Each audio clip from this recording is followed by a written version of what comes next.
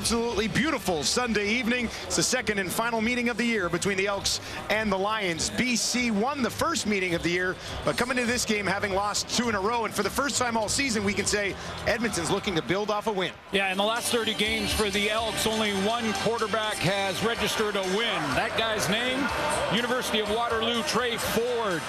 He led the Elks to their first win of the season last week in Saskatchewan. He gets start number 2 tonight. Jake Dolegala gets his first start as a BC Lion with the injury to Vernon Adams Jr. It's his 11th career start, so he does have some experience and lots of weapons around him. The Campbell's team has been good at home this year, but 2-3 on the road. They'll look to get that number up to 500 here this afternoon. And Jarius Jackson coming in after picking up his first career CFL win in impressive fashion, I should add. 42-31 on the road against a pretty good Riders team. Big game for both of these clubs. If Edmonton can get the win, they deliver something at home for their fans who've been waiting for a long time. Get themselves relatively back into the mix. And BC looking to avoid a 3-game losing streak here as we are underway in Edmonton. Williams will wait. This hangs up there. Now he's going to run underneath it at the 22. Williams picks his way back out, gets the near sideline, and a decent return to get things started for Jake Dolegala and the BC Lions. Well, the BC Lions won the toss and took the ball, so they want to get Jake Dolegala out there, get him settled in. I mentioned he has 10 starts under his belt, 9 last year with the Saskatchewan Roughriders. One of his 2 wins was against the BC Lions last year. Gets his first start with the Lions tonight. Vernon Adams Jr. is here in Edmonton, but on the sideline. Any points for BC would be an improvement on last week. Shut out. Wow. Not even close. Shut down last week. They learned a lesson at the hands of the Winnipeg Blue Bombers defense. Dolegala starts here on his 43. Stand back. Mackey both in there, and they'll hand it off to the fullback. Mackey kicks it ahead, and pretty good pickup on first down for Mackey. Big part of this BC offense. Right tackle Kent Perkins last week against Winnipeg. Well, there wasn't many that had big games for the BC Lions, but he had some penalty issues. He'll look to make amends for that tonight. And Keon Hatcher got his first start last week against Winnipeg, made a few catches, but really he's going to settle in. I expect bigger things from Hatcher here tonight. Second and just 3. Dolegala will hand it off to Stanback, picking his way through. He's got the first down and a little bit more. Takes it down inside the 50. Elliott Brown in on the tackle. Well, I like the strategy here from Jordan Maksimic, the offensive coordinator for the Lions, to get Jake Dolegala comfortable, get it to the running backs, first the fullback on first down, and then to his star tailback, William Stanback, on second down. He gets a new set.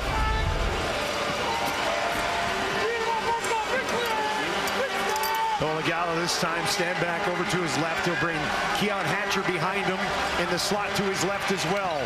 Back on the ground for Stanback. And he rumbles ahead against this Edmonton defense. Look at the front 4. Noah Taylor has worked his way into the starting lineup. He'll start at defensive end.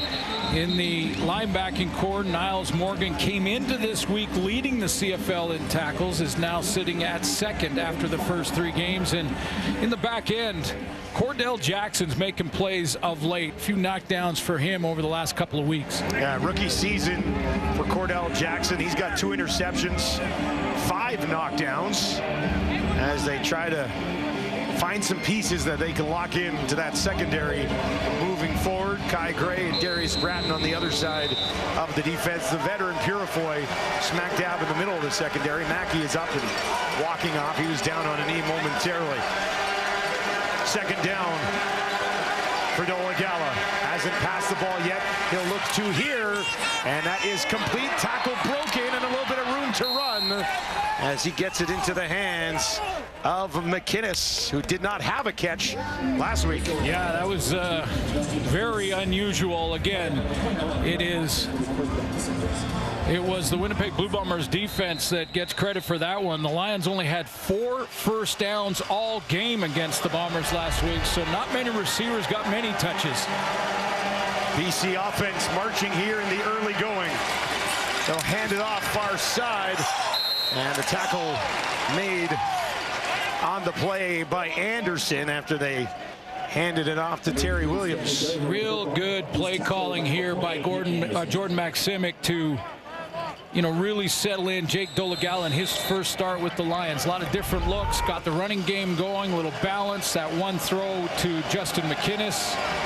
A real good drive to start this game. That was Berryhill. That's his first touch of the ball game. 2nd and 5. 4 options out to the left for Dolegala. That's where he looks. That's where he throws. He's got McInnes again. And McInnes is down just outside the Edmonton 10. Well, what do we know about Jake Dolegala? I talked about his start. So he does have some experience in the league. He's had some big games. He's thrown for over 400 in a couple of games in his short sort of journey in the CFL. He's got a cannon of an arm. And right now, 3 for 3 in drive number 1. I know it's just the start of the game, but that's the start you want in your first one as a BC Lion. We've seen flashes from Dolegala. No question. Lines up under center here. 1st and 10 from the Edmonton 11. Back to Stanback down, and he stopped just short of the end zone. And the Lions are knocking on the door here early in the first. Coming into the week, Stanback was sitting in 3rd in the rushing department. Of course, because of bye weeks, there's odd number of games. Sometimes tailback will have an extra game. So kind of have to look at the averages, but so far 3 carries for 26 yards for 31. That's a good start in drive 1. Short yardage, David Mackey to handle the duties, pushing ahead, and he's in. Touchdown BC. And what a way to start on the road after being shut out just a week ago. They drive the field and punch one in for 6. And they're going fishing. I think that's a little West Coast salmon fishing right there. I mean, the Chinook, or you can retain a Chinook, 1 per person per day. That's a rule. The Lions hope that it's more than that, but yeah, that's a great drive to open up on the road. Again, to get Jake Dolegala settled in. A couple of high percentage throws, but he recognized coverage, got it to the guy he had to get it to, which was Justin McInnes on those routes, and the running of William Stanback brought the balance. Sean White is out, sneaks it through that left upright. And Dolegala and the BC Lions are on the board. The fullback, David Mackey, finishes the job. Maybe Coho. Maybe it's a Coho. What a drive for the Lions to open up on the road with great balance. 8 plays, 67 yards. Took 4 minutes and 29 seconds out of this first quarter. But the balance was 5 runs versus 3 passes. And the passes, high percentage. Little curls, get it out of his hands quickly. Stanback did some heavy lifting, and then Mackey finished it off. Started the drive and then finished it. And then they're going fishing. Well orchestrated drive for the Lions. Dolegala. Good work. Good drive, man. Back to the tablet. Good work. Just like that. And Edmonton, who allowed that return touchdown to start last week's game, find themselves down 7-0 again here today. Now this is taken just inside the 10. Purifoy on the return, and he is stopped shy of the 30. Let's get a look at Trey Ford. Well, overall, Trey Ford is 6-8 as a starter, but you know the story by now. Both last year and this year, the 4 wins registered by the Elks last year. Trey Ford was the starter for all 4, and their only win this year, he was the starter last week. But again, as you mentioned, coming on the field for his first series, down 7-0, because Mario Alford last week in Saskatchewan started that game off with a kick return TD. Big round of applause from the crowd here when he was introduced with the offense to start the game. They're excited to see him. He'll start it on the ground, and nowhere to go for this Elks offense. David Foku at right guard. It's a former BC Lion, Montreal first-round pick back in 14, but played 3 years with the Lions before moving over to Edmonton. And what a game for Javon Leake. You know, in combination with Trey Ford, it really opens up that run game. 169 yards rushing for 22. Wow. Almost had 200 total yards when you mix in the 3 catches that he had as well. They gave him the first touch. It only went for a yard, so 2nd and 9 for Ford. 3-man rush from BC. Ford escapes down the field. First down as he goes to Gittins. And they'll move the chains.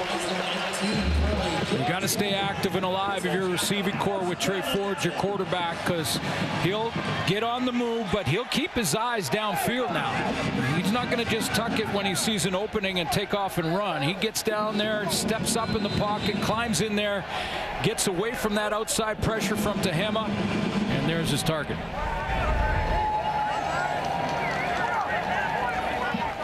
Up to the Edmonton 43. Back to Leak. Leak on the far side. Stretches it out, takes it out. Close to the 50. Averaging 8.5 yards per carry this season is Javon Leak. The Elks have 2 extra offensive linemen dressed for this game tonight, so they can go with a heavy set in the run game. Give the ball to Leak. He's got great speed when he gets out there in space. Oh, we know he's fast. Oh, yeah. Riders know he's fast. Give him any sort of breathing room, and he's gone. That'll be a challenge for BC's defense. 2nd and 3. On the ground again, a little bit of a slip. And Leak reaches ahead. I think he's going to be marked down about a yard shy of a first down. Dakota Prukop watching on, waiting to see if he's going to get the call here early in this game. Short yardage unit for the Elks this season have been perfect, 4-4. And they are going to go for it. Yeah, a little bit of slip on that inside cut, although TJ Lee came up from the secondary to help out and run support.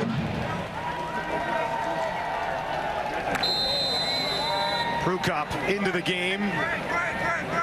Edmonton needs a yard to keep this drive alive. Prukop pushing it ahead. He slipped a little bit as well, but was the forward progress enough? And yes, it is. First down, Edmonton.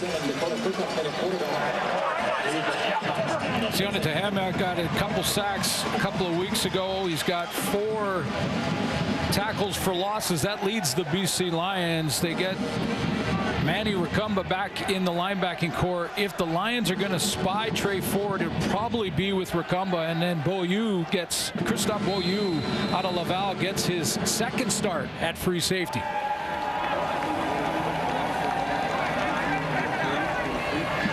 Gino Lewis will move to the top of your screen, far side. Ford looks in that direction. Now on the run to his right, takes some punishment, gets back to about the line of scrimmage.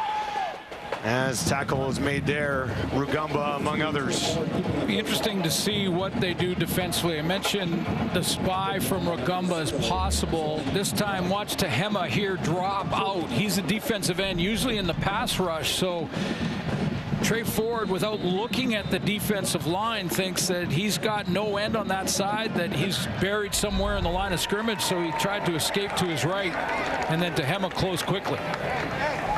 2nd and 9 again, 2nd time on this drive. They'll clear things out. Ford, pressure coming, gets around it, takes a look down the field, has a man wide open. Jones has it just outside the 30. Had a huge game last week, over 100 yards, and Ford finds him again. I tell you what, the Lions defensively load up this side. Here comes TJ Lee. They've also got the combo on that side too, and that's the move. That's what Trey Ford can do. You've got him in space. You're a defensive back with great feet. That's TJ Lee. That's not a D lineman. Gets outside of him, and now you're in trouble. Now they're also in field goal range, but looking for more. On the ground again, Leak taken down. BC Lion player a little slow to get up. Javon Leake, 3 touchdowns. It's been a while since an Edmonton tailback has put together a 3-touchdown performance. Who do we got? Like way back. Well, I'll just let you simmer on that for a second. Marinate in it. Yeah, marinate on that. Yeah. What a great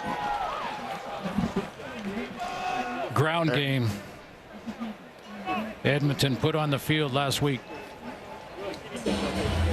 BC Lions staff out on the field last week for Javon Leake. And sometimes it's just about opportunity. Gets the start, 12 touches, and blows up. Yeah, gets to start with Trey Ford as the quarterback, too. That was a big factor, and it will be moving forward as long as Ford is the starter, because it softens those ends, opens up middle lanes, but don't take anything away from what Javon Leake did. 2nd and 6 for Ford. This time he's in trouble and will not escape. Taken down on the play. Covington, I believe, started it for the Lions. Christian Covington got 3 defensive linemen on the line of scrimmage. He's the middle guy, the nose, just a bull rush straight down Main Street, and that's where Ford tried to escape. Good power and strength. He going head-to-head with Mark Corte. 3rd sack of the season for Covington. Will force Edmonton to have to settle for a field goal attempt on their first possession of the ball game. Boris Beatty, 75% on the year. This is a 38-yarder from just inside the left hash. That is up, and it is wide. Boris Beatty's 6th miss of the season.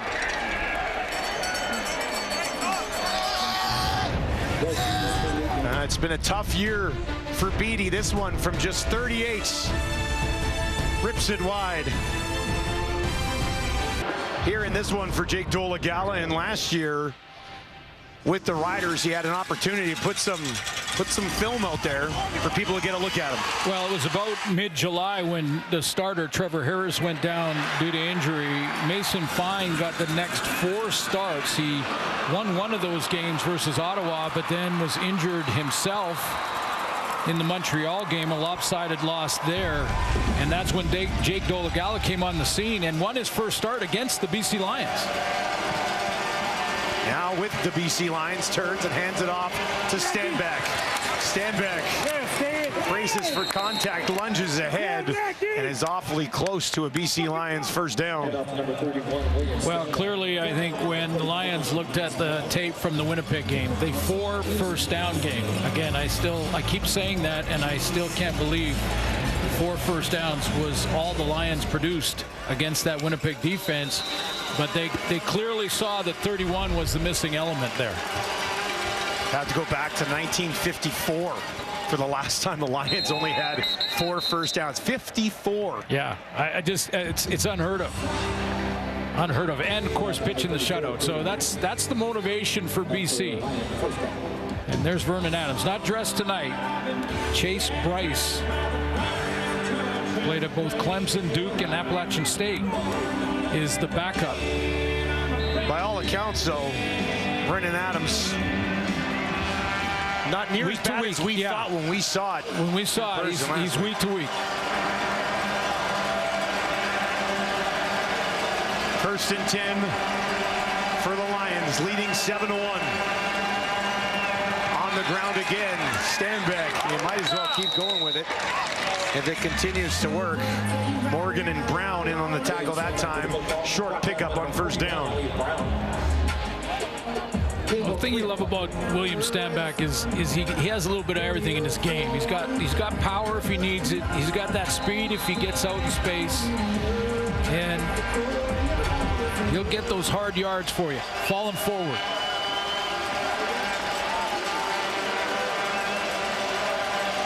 Already with 38 yards on just 5 touches. 2nd and 7. Dolegala. Edmonton's going to bring some heat. Dolegala gets it away. Nice. And Hatcher one-hands it, reaches back, looking like Spider-Man right there. Exactly. Snags it and hauls it back in for a first down. Good to have that guy back. His second game since returning from injury. Wow, I mean, you see this with deep balls when the ball is up and it's floating down and the guys make the one-hand catch going with the momentum of the football. You very seldom see it on a curl route where he just puts that left hand out, stabs it, boom, thank you, got it. Tips it right back into himself. Nice. What a play here in the first quarter from Hatcher. Stand back again up the middle, and he'll get close to 6 yards on that one. So you look at what Jake Dolegala did after that handoff. This is something that right now Edmonton is not really paying attention to. Dolegala finishes the fake going the opposite direction. So Stanback goes that way. Dolegala finishes the fake. Now, Elliott Brown gave him a little look and then completely slid down to try to help out on the tackle on the tailback. But Dolegala can run pretty well. I mean, he's a big guy with a huge arm. He's more of a pocket passer, but he can run. 2nd and 4. Dolegala throws to his left, and that is just straight up drops by Alexander Hollins. Seemed like it was right on the numbers. Yeah, right between them. Between the 1 and the 3. Hollins got such a great start to the season, and over the last couple of weeks been fighting it a little bit. Of course, take the Winnipeg game out because wasn't much success offensively for anybody, but you can go back a couple of games. He's been fighting it a little bit. Sean White called into duty. He's hit 42 in a row. This one is from 42 to keep the streak alive. That kick is up, and it is good. That was close. It looked like it was going to go wide. Came back. 43. He also remains perfect on the season. Now 25 for 25. BC Lions on top, 10-1 at the end of the first quarter.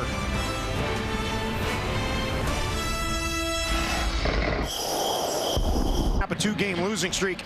They lead 10-1, and they're really putting an emphasis on the running game, aren't they? They really are. I mean, they come off that loss to Winnipeg, and I'm sure the staff took a hard look at it, and then added in the fact that Jake Dolegala is making his first start as a BC Lion and said, let's get that run game going, because it was a lot of William Stanback in the first quarter. He was getting some traction, and that brought balance to the offense. Also, Jake Dolegala is only one incompletion in the first quarter, and that was the drop by Alexander Hollins. He's been on the money. And that was a great throw. You know, Stanback's capable of more of a heavy workload, right? They are a pass-heavy team early in the season, the VA slinging it around, but if you need Stanback, he's more than capable. Edmonton starts here after the field goal on their own 40. Ford down the field, and he's got a completion. That's back to Gittins Jr., his second catch of the ball game, and a big chunk to start this drive for Edmonton. Nice timing. Gittins the closest receiver to Trey Ford, and that 3-receiver package into the boundary, and he's just going to run a bender over the middle, and Trey Ford from the pocket bang on the time before he can run across and through there to the safety. They've had to make that change. Bill Yu is out due to injury.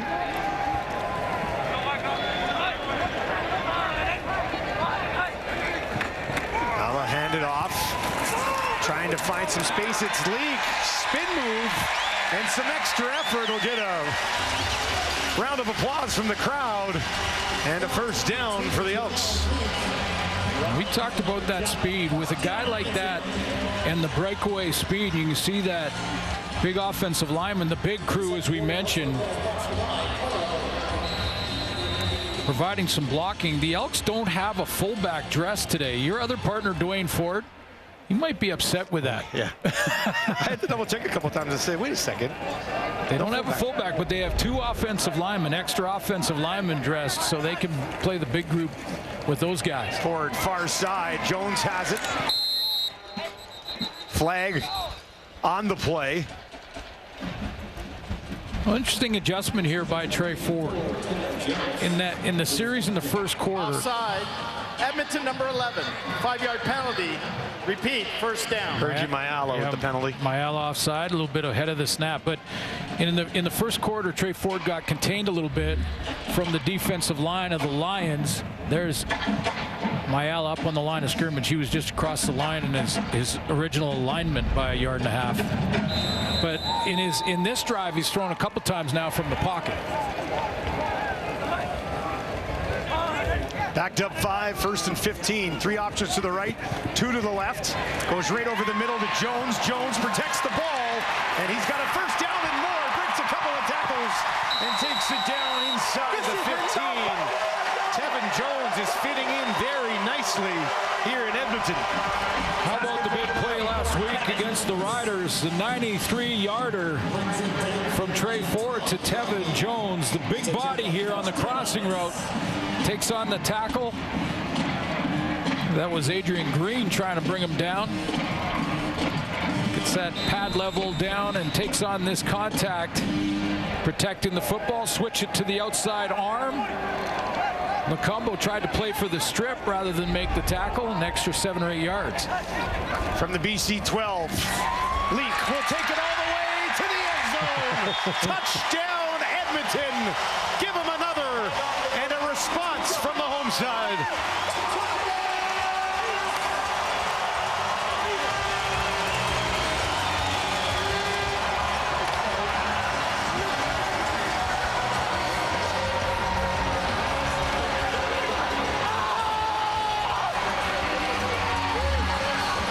This is the RPO. This is the run option with Leak going this way. Watch middle linebacker Haladic get caught. If he doesn't stay wide enough to stop Trey Ford, he's in trouble outside. Ford gives it to Leak. Now he's gone too far, and Leak has a run lane. Beatty this time straight down the middle, and we've got a 2-point game. 5-play, 70-yard drive that took just over 2 minutes. 4th touchdown in the last 2 weeks for Javon Leak. Let's go back and show you the bind that middle linebacker Ben Haladic is in on this play because of Trey Ford's threat to the outside and how it sets up a nice blocking angle for Philip Grahovic. Watch him, the tight end. Now, because Haladic is so concerned with Trey Ford getting outside, the tight end in this situation, Grahovic, gets a great angle on the middle linebacker in a Haladic, and that allows Leak that running lane. This is taken by Williams, far side of the field. And Williams with flags flying. That one flag flew like 25 yards. And at least one penalty on this play. A couple flags out there. 38-yard return for Williams. Let's see if this one gets backed up a bit or if it's coming the other way. See Coach Campbell talking to Mike Benavides, the special teams coordinator. Illegal low block, Edmonton number 16. 15-yard penalty, first down. Oh.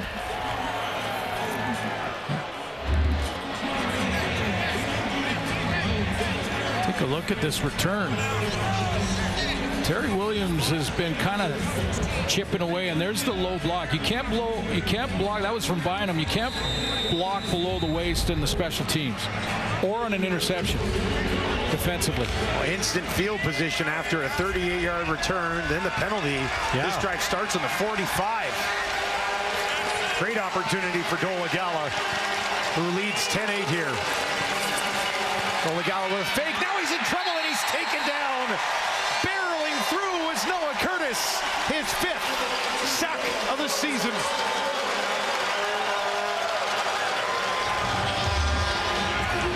He's a guy that you can line up in the interior, or you can play him at defensive end, and Noah Curtis will get it done. He's just inside, fights off the block, great hands right at the point of attack when he's trying to get picked up in the front there. I think it was Suk Chung that was trying to block him. He just swatted those hands out of the way and got right in the face of Jake Dolegala. Curtis, 25 years old, 6'6", 302. Moved well on that one.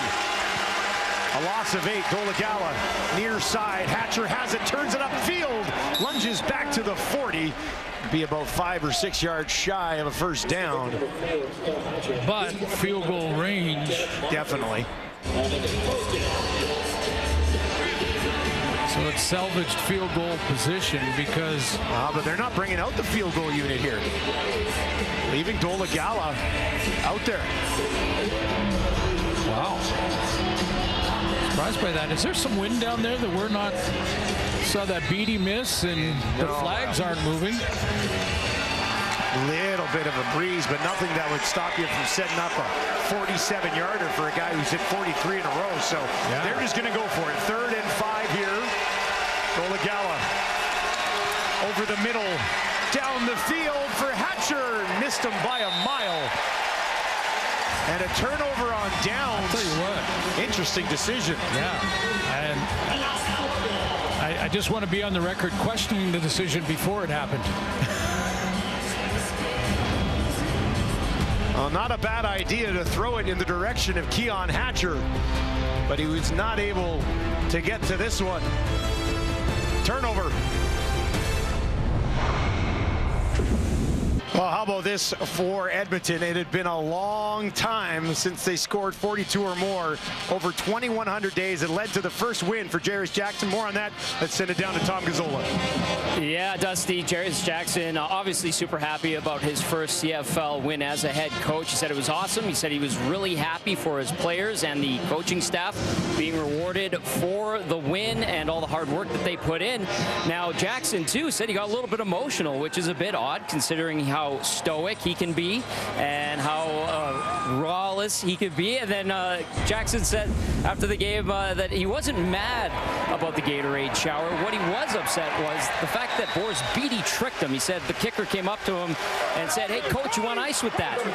Jackson said, "What are you talking about?" And Beatty backed off. Jackson knew he'd been had. He said he'll get Beatty back at some point.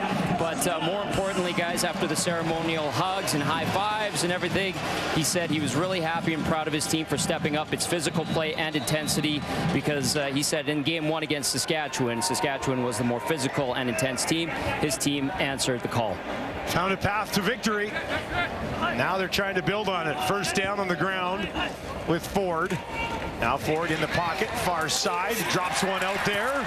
That's to his running back, League, who initially broke a tackle and I think he slipped again. You know, and that win, by the way, and here's the trivia question. Who was the starting quarterback when an Edmonton football team won its 700th win? That is win number 700. And it was tough to get. It was really tough to get. It was a lot of work for this staff. It cost one coach his job to try to get to that 700th win. And the answer to the trivia question is number 2. Second franchise to get there. Calgary the first. Tight race. 2nd and 3 here. Ford, pressure in his face. It's Hladek. Ford's on the run, looking for the first down. Might have it. There's a flag in the secondary. And we'll see how that changes things. Well, you really have to adjust your angles trying to tackle. Illegal contact.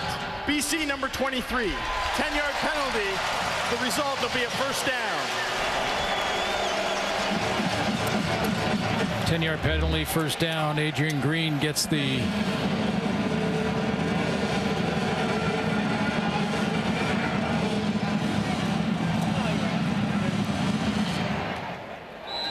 working there against Ergin Mayala. After the penalty, Edmonton works from the BC 43, trailing by 2. They'll hand it off. Rankin for the first time today. He's got some space, and he's got another first down as Justin Rankin contributes when he checks into the game. Yeah, he chipped in. He had 10 carries, 60 yards, and chipped in to give Javon Leake a break on a couple of the plays in a series. Compact runner, nice cut. Back from inside, back out, and first down. They'll tell you when they get the first down. Receiver or running back will tell you when they get a first down. 3 options to the left for Ford. In the pocket. Now he's got to take off in the run. Throws one up towards the end zone. Almost hauled in. Flag on the play, though. He was looking for Dylan Mitchell. Rugamba in coverage, and is this a PI? They're battling for the ball. Pass interference. BC number 33. The foul will call third and goal. The ball will be placed at the 1-yard line. Automatic. First down. Take a quick look. I'm sure that Rick Campbell wants to look at it too to see if he wants to go ahead and see if there's a challenge opportunity here. That's a tough throw to make going that way. Rugamba, let's see.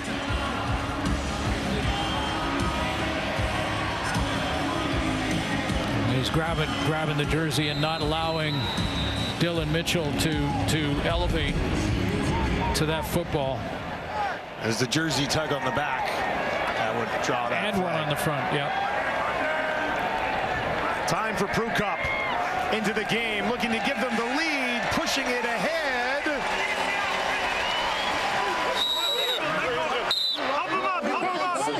Touchdown, Edmonton. Delayed call, but they get there. 7th touchdown of the season for Prukop. And Edmonton has their first lead of the ball game.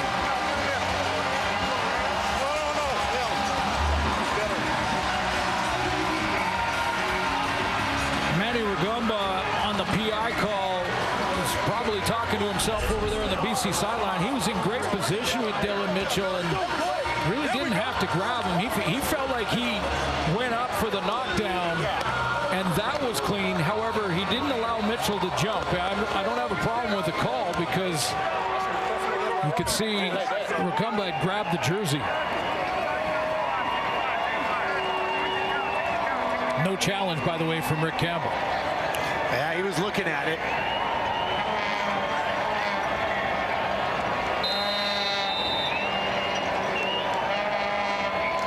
There's a flag here. Edmonton's taking a time count. They didn't have enough guys on the field, so they just said they let it run down, back it up, and get the right number out there and hang another 5 yards on this Beatty attempts. Time count violation. Edmonton number 9. That penalty will be applied on the kickoff. BC's going to have it applied on the kickoff.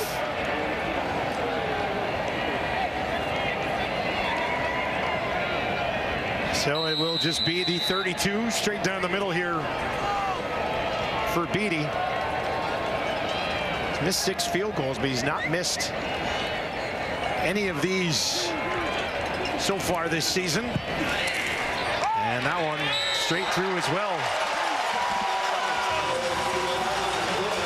6-play, 70-yard drive that took less than 3 minutes, finished by Dakota Prukop. Edmonton leads 15-10.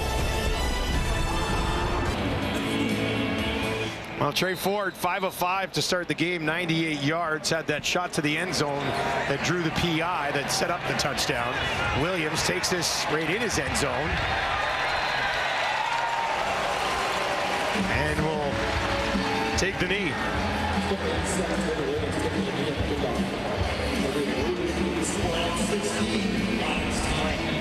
Golagala, 5 of 7 on the other side, throwing the ball very well. Had the one drop from Hollins and then the overthrow to Keon Hatcher, the only 2 incompletions, but the run game has been the focal point for BC, this offense. Stanback averaging 4.4 yards per carry, coming in. Is now over 100 rush attempts on the season, 44 yards on just 6 so far here today. Starts there to the left of his quarterback, and they give it to him again. Broke 1 tackle, short gain on the play. Nick Anderson is almost at 50 tackles here in his rookie season. Well, and they're going to figure it out. I mean, between he and Niles Morgan, they're going to make the adjustments necessary after the first quarter where we saw a ton of William Stanback. So he was getting to that second level. Jason Shivers and that linebacking core is going to figure it out in the second quarter, make the adjustments. BC 6 for 8. On second down so far, low snap. Dolagala grabs it. Has a man wide open. That is Katoy, who goes up and over for the first down. And that's his first catch here in his 6th game of the season. Yeah, 6th game. He's missed a couple due to injury, and he's important to this offense because he does a lot. He can play tight end and is big enough and strong enough to make blocks on defensive ends, but he can also run and get involved in the passing game. And there he is. Big catch to get back into the swing of things. Niles Morgan was down on the field. See how they tell you when they get a first down? He's got to do it with style, too. Katoy is an important piece of this offense. Had an excellent season last year. Not easy considering the weapons around him, but he brings something different to the table, obviously, for this team. Well, the defense, you know, when Katoy's out there, there's not an automatic read. So Jordan Maximic can leave Katoy. He's basically got a tight end for the blocking in the run game. So the defense can't make a substitution to get bigger up front. Joel DeBlanco into the game at middle linebacker, the first overall pick in the draft. Back across to Katoy again, and he's got another first down for BC. So they don't make adjustments for the run, and then Katoy can also do this. He can get out there and he can beat you to the outside. He's got good speed and that big body. 6'5", 230. 4 options out to the left for Dolagala this time. They'll give it to Stanback. Stanback tracked down by Anderson. There's a flag on this play back towards the Edmonton secondary.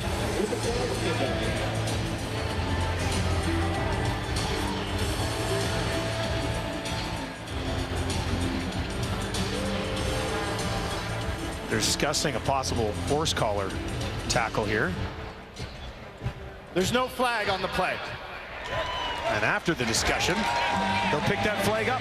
So that never happens. I think that was Luches Purifoy who went in there and pleaded his case, and it worked. He got the judgment. No, he's not talking officials out of a penalty. They just he can share an opinion. Yeah, he just discussed it and decided no flag. Purifoy trying to get this crowd fired up behind the defense. 2nd and 6. Dolagala gets it away. Stanback wrapped up immediately. That Anderson again, he's all over the place. This Edmonton defense right now. Yeah, try to figure out exactly what this play was for Jake Dolagala. He's got protection. It looked like they tried to get a little bit of a screen out there to William Stanback because they pulled a lineman out, or was it? Yeah, it was a lineman. It was their center, Michael Couture. So they pulled him out to try and get in front. But yeah, quick pursuit from the linebackers. Now BC's going to punt this away. It would be about a 52-yard attempt. Flintoff lays it up there. Purifoy takes it on the near sideline, lowers his head, and tries to push it back up to about the 25. Javon Leake found the end zone again here. Did it 3 times last week. Had a 14-yard rushing average last week, and when he got in the open field, check the speed. 35.8 kilometers per hour at the top end, and runs by the Rider defense, which was the #1 defense by a landslide against the run going into that week of the season. They were allowing less than 50 yards per game on the ground, and he lit them up for almost 170. There's a big hole right up the middle, and that's a good chunk on first down. We'll put him in 2nd and short. So Rankin again. How fast was that, comparing it to other fast running backs in North America? Well, it was the fastest. Yeah, DK Metcalf's a receiver and a physical specimen. And Jonathan Taylor, Paris Campbell, a couple of Colts, Kenneth Walker, who plays down in Seattle, but none of them as fast as Javon Lee. Almost like he could be one of the better returners in the league as well, which he is. With Kevin Brown out, they've moved him in to the running back role, sharing it with Rankin, who pushes ahead and has a first down here for Edmonton with just over 3 minutes remaining in the first half.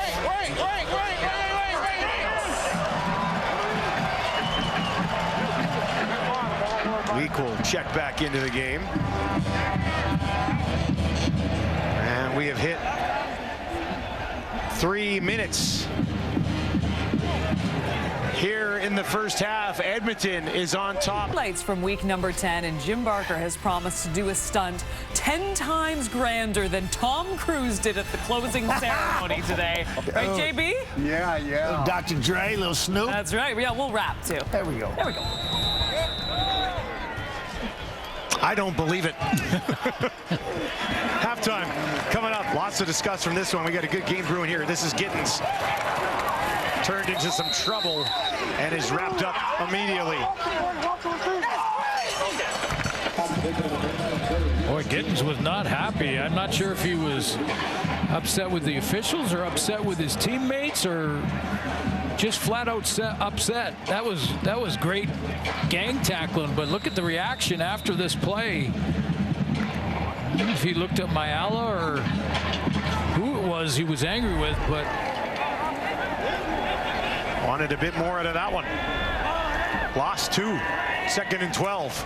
Just 3-man pressure. Ford should have some time here, but he's in trouble trying to get away. And he tracked down from behind. Tehema stayed on him. And Ford, a little bit of an extra breather there. Jake Julian will kick this away. I think it's going to be Tehema that is in chase here, and eventually he's going to get his arm out right there, catch him from behind. But did Varga get? Edmonton is challenging that there's roughing the passer. We'll review the play. That's what I was wondering, if that hit from Varga was. Tehema, it's not me. No, Tehema looked clean from behind. It was the arm coming across the bow, and how high was it? It looked like it got him across the chest, but if it was anywhere near the headgear.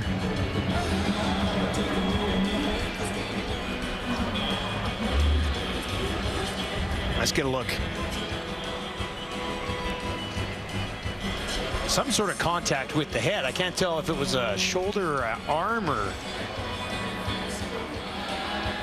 It looked like the initial contact with the left arm hit the shoulder pad and then rode up to the side of the head of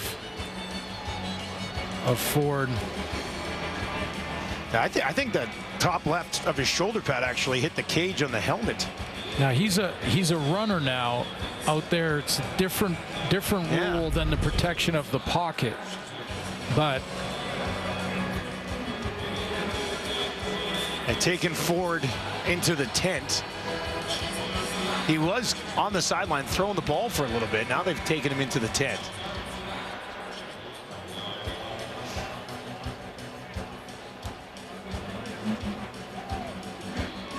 There he is as they get the tent set up over top of him. All right, let's figure out this ruling as MBT walks onto the field.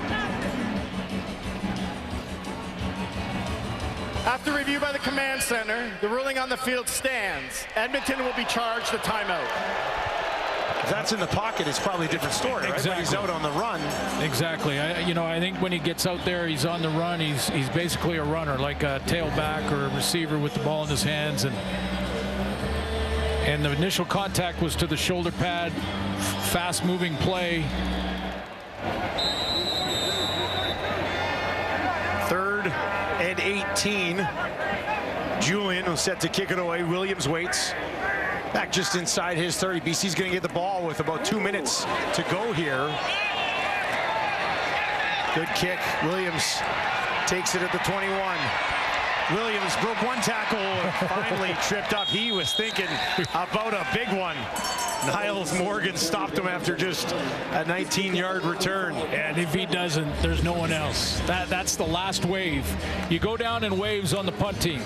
The first wave has got to try and slow the returner down, especially the returners we have in this league. And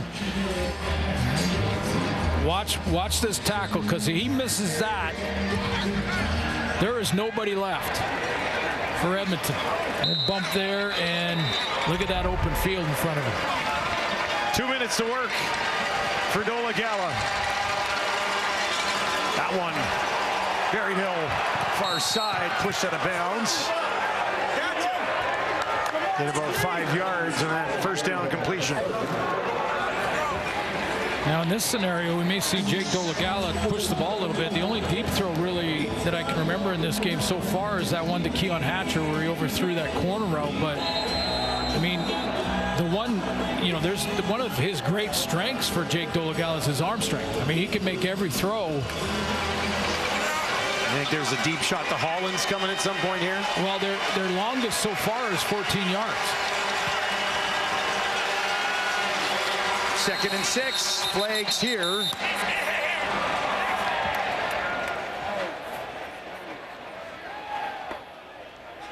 Procedure. BC number 69. 5-yard penalty. Remains 2nd down. Left tackle, Jarrell Broxton.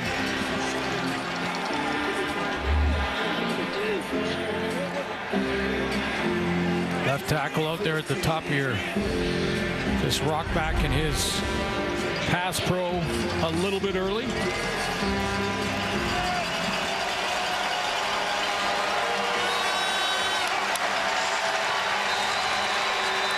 Second and 11. Berryhill into the slot to the left of his quarterback. Dolagala down the field. It's Berryhill who he's looking for, and too much on that cannon, and it falls incomplete. Well, you see the big arm, but you also see that this has been really the only week that Jake Dolagala has been able to take first-team reps in practice. And, you know, this type of chemistry and this type of timing and all of it takes a lot of time. I mean, he's got somebody right in his kitchen taking the hit as he lets go of that one and put it out there, just not enough air under it. Trey Ford is out of the tent on the sideline as the offense is about to get this ball back. Cobb on the return after a 48-yard kick, drilled back to about the 30. Double Thompson trots it on the field with the offense. Trey Ford looks like he's going to be good to go.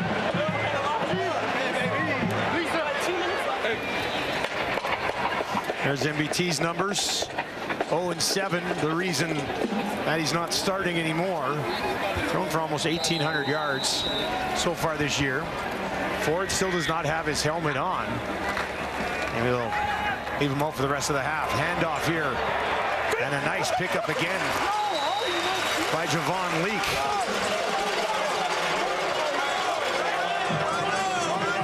Prukop will come in here on 2nd and short. Well, there's still time for field goal range, so and to really run the offense. Minute 37.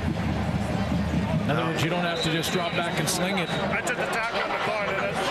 not really in a rush here, if you're, especially if you're thinking field goal. Beatty's got the big leg, hasn't been the most accurate of legs in the league so far this year, but he can boot it.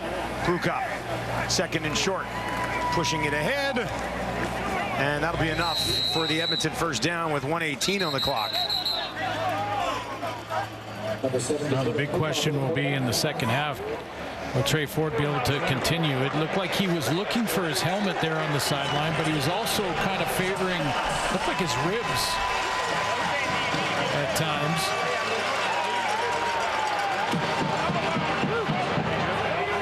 Now he'll watch for now. Edmonton on their own 43. Cloud Bethel Thompson calling the shots on this drive. Looks over the middle, has Tevin Jones. Jones wrapped up and taken down. Ely in there on the tackle, all on with Patrice Rene.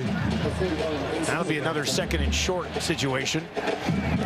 Boy, this is great. The playbook wide open here. You can run the ball and get a new set, or there you go. And they will run the ball. And Leak has the first down with 54 seconds on the clock.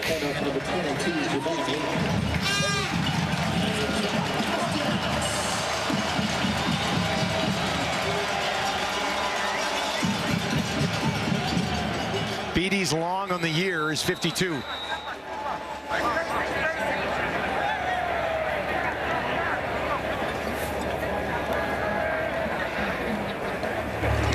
MBT with a fake now over the middle, back to Jones. Another first down for Edmonton. Let's send it down to Tom Gazzola for an update on Trey Ford. Dusty, Glenn, we're watching Trey Ford. We're walking around the sidelines. He was in the tent, like you guys were mentioning, and it just looks like the Elks are going to play it safe here and evaluate him at halftime with just under 40 seconds left to play, and we'll see if he's back out there for the second half for the Elks. Something to monitor, something to discuss for the panel at halftime. MBT out to Leak, spin. Varga was there, but they'll take a loss on the play. And that would back this field goal up. 25 seconds, still enough time to move it up the field a little bit more for Beatty. Yeah, absolutely. And I think that's probably what McLeod Bethel Thompson was thinking here. Just swing it out, you know, get positive yards so that they can get, at the very least, a field goal before half. They lose 3, 2nd and 13. Got to hustle now. Hand it off. Leak trying to find some space. He's wrapped up and taken down with 9 seconds on the clock. Take the shot. And Beatty will come out. Mentioned his season-long 52. He's also missed 6 field goals this year. This one will be from just outside 50. So the issue with Beatty has been consistency, but the strength of Beatty is his leg strength. No doubt that he's got the leg to knock one in from here. And he put it down the middle for a 9-point lead at the end of the first half. Beatty from 51, just inside the left hash. Julian will hold. Beatty will kick. And that looks like he's got it. More than enough. And right down the middle for Beatty. Big kick for Beatty to put Edmonton on top. 19-10 here, Glenn. Well, a lot of discussion on Trey Ford and whether or not he'll be able to return. But in the meantime, the home team fought back, got the lead.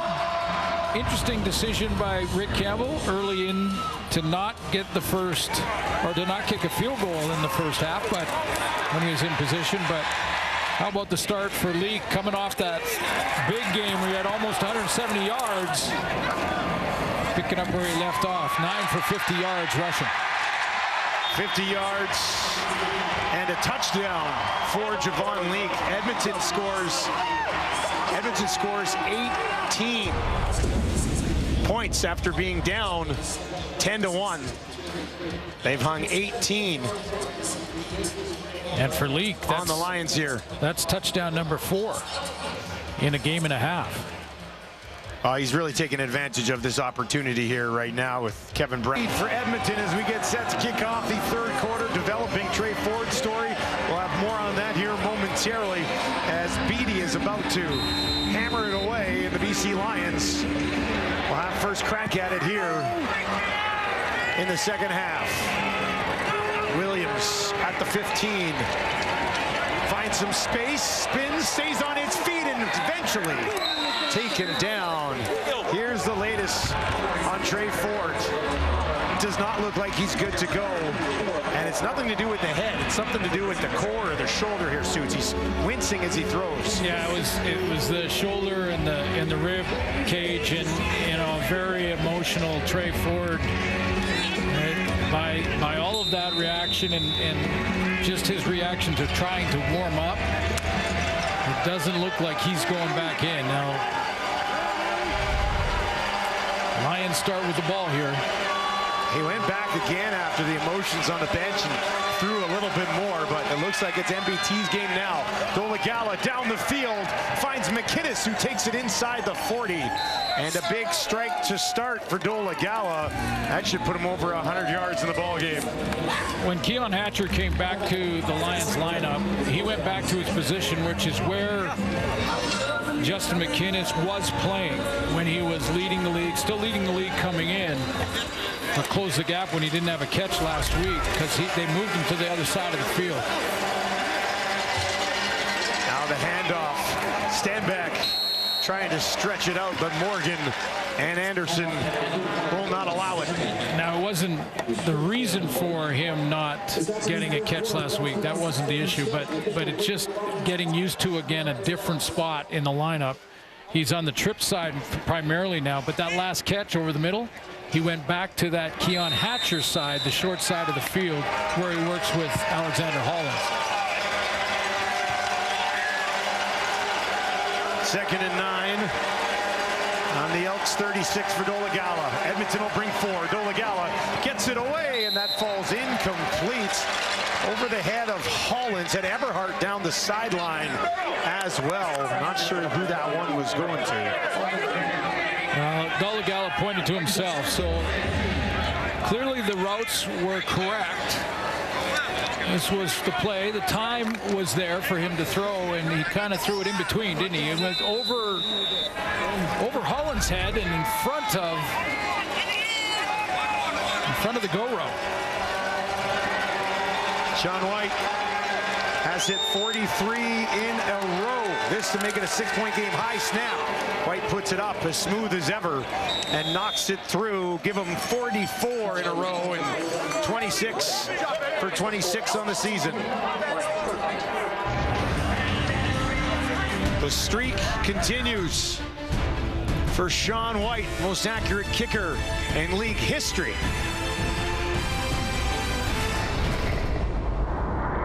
Let's bring you up to speed on Tre Ford. This is the play where he was hurt. And I don't think it was Varga across the shoulder pads there, but it looked like from Tehema from behind, he may have landed right on the ball, and then he favored his ribs. Now, there's the emotion that we saw, finally getting his opportunity, leading the team to their first win. But I would suggest that he's QB1 moving forward. Bob Bethel-Thompson hands it off to Leak, and Leak has nowhere to go. At least as soon as he's healthy, and we'll have to see probably after the game to what extent the injury is. But you can see the defense plays differently. Rugamba with the tackle there.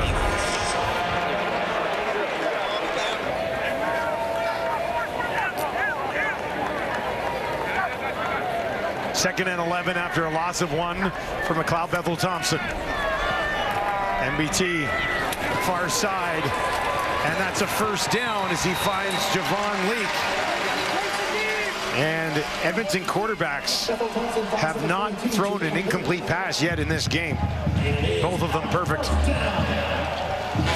Leak's going to come out of the backfield. He's in that tailback spot. He's just going to automatically, he's not looking to chip or pick up a block or anything, just get right out there in front of TJ Lee and get right to the sticks.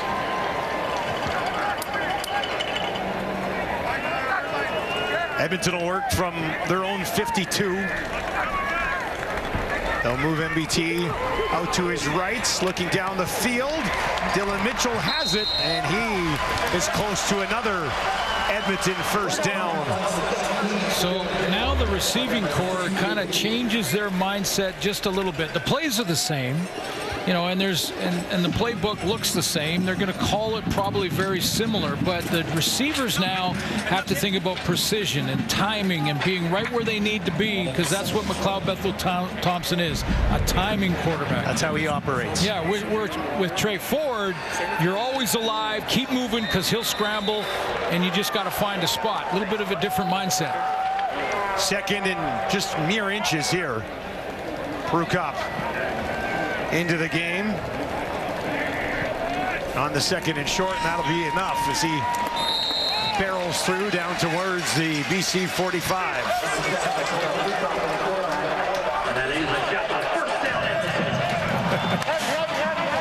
It seems like a slightly more relaxed McLeod Bethel Thompson with a little peace sign to our camera running on the field. Well, this is why MB2, who not happy with losing his starter's job, has to stay ready, has to be focused, and now you've got a veteran coming in off the bench.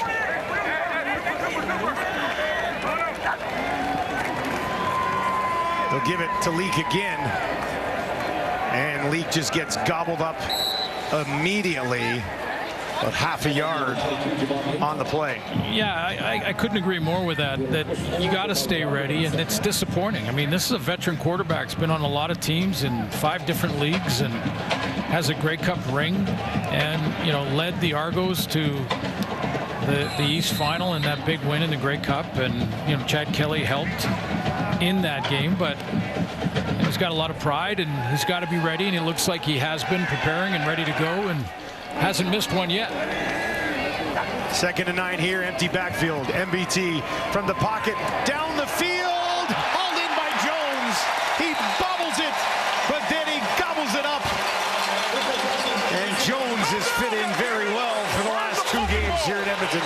Well, that's great concentration by Tevin Jones. He's going to run this bender right into the middle, a little bit of a post going to the middle, and then he just keeps the ball alive. Looks like TJ Lee may have got the worst of that one. That's a big guy. This is a big receiver at 230 pounds and 6'2". He's built now, solid build. And TJ Lee goes down to hit him low. Back-to-back 100-yard games for Tevin Jones. 2 starts, goes for 100 both times. TJ Lee is down. We'll step away. Needs some attention. Look like it may be a hip pointer, or may have got a knee in the back. Christophe Beaulieu is already out. Moved Adrian Green over, and then Patrice Rene came on the field. We've seen Savarga at linebacker as well. They'll toss it back. Looking for some space. Gittins reaching out. Decent pickup on first down. It'll be 2nd and manageable with Edmonton within striking distance again.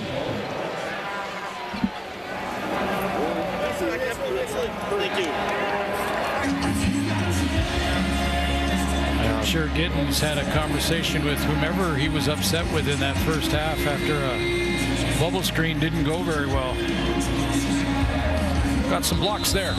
He's a guy you can move around. Yep. Your offense, versatile piece for Jarius Jackson.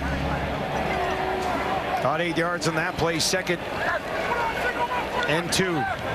Leak stands in to the left of MBT. McLeod Bethel Thompson on the run to his right. Puts it towards the end zone. Was that intercepted? What a play. Ciante Evans, they're having a discussion here, and it is. Evans takes it away. You heard him say, that's a pick, and it was.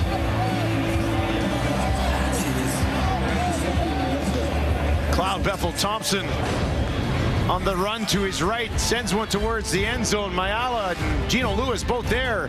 Evans, no doubt about it. Target here on this interception was Hergy Mayala, who came from the far side of the field. There were 2 Elks right beside the throw. We've said many times that a receiver comes up with a catch in double coverage. How about a DB coming up with a catch in double catches? 2 receivers, which is not by design how you draw it up, but Eugene Lewis got back there with Mayala, and Ciante Evans won the jump ball. 2nd interception of the season for Ciante Evans. Now Dolagala out to his right, and he'll be wrapped up and taken down by Niles Morgan, but did pick up a few yards on his own accord. That's a big pick. timing of the game, chance to basically take away points from Edmonton. They were in field goal range. The first incompletion of the game for an Edmonton quarterback.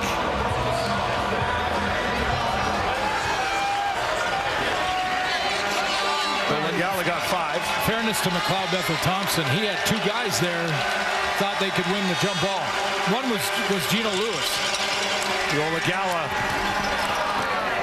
guns that one in there. Javon Catoy will hang on. A lot of zip on that pass from the big quarterback.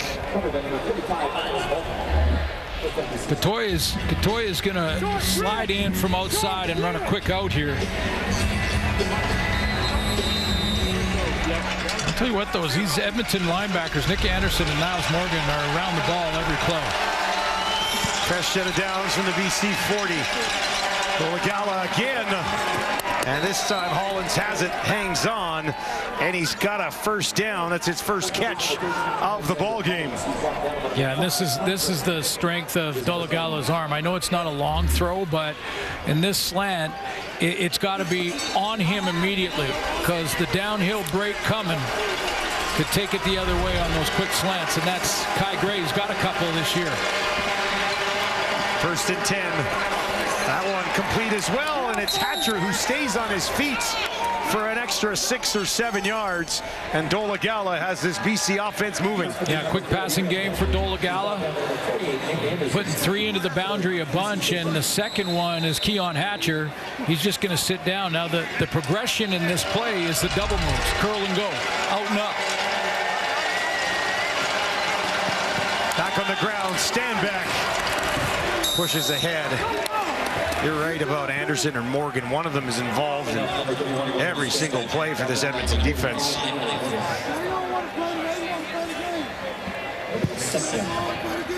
Just quick close by Niles Morgan there. Coming into the week, CFL tackle leader with 56. BC needs 4 more. They'll use Stanback again. He's got it. And Stanback with a nice move. Takes it down inside the 20 to the 15 before he's tackled by Moncrief. And Stanback pushing up over 70 yards now. 2 good football players in Niles Morgan and Stanback, but this time Morgan had Michael Couture to deal with. He had that center, got down into the second level, got his hands on the linebacker, and opened up that lane for William Stanback. Stanback again found a hole and is wrapped up just shy of the 10. Kai Gray comes over to make the tackle, and it'll be second and about 4, maybe 5 here for BC. Boy, this looks very similar, this drive, to their first drive of the game. Yep. That ended in a touchdown. Stanback left, Stanback right, a couple quick passes, back to Stanback.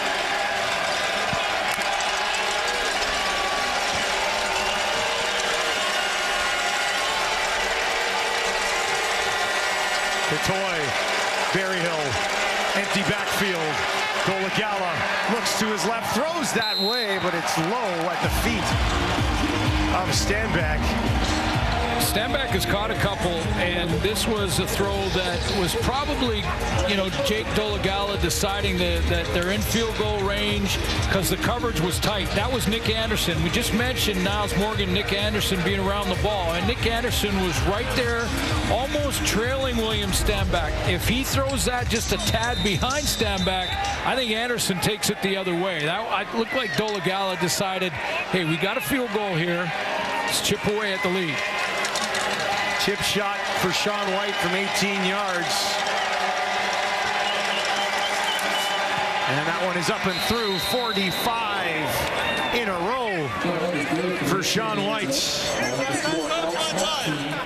And we've got a 3-point ball game here in Edmonton. Flintoff the hold. Sean White, steady as she goes. Thank you, Tommy. 3 starters out on the defense for now for the BC Lions. So Jordan Perryman goes in at corner. He's number 27 down the bottom of your screen, and they move Ciante Evans in at halfback. Looks like Adrian Green at safety.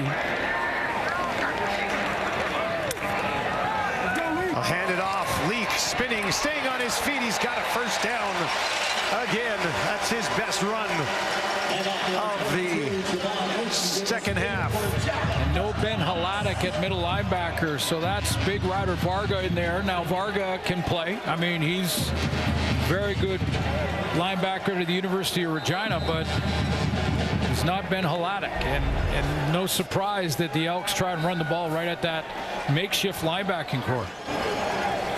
4 minutes remaining here in the third quarter. Cobb Bethel Thompson right up the middle again with Leak. And he'll get about 7 or 8 more on that first down carry. When he gets going, doesn't he? Yeah, and they also have Ace Ely, who subbed in on first down there and ran right at him as well. So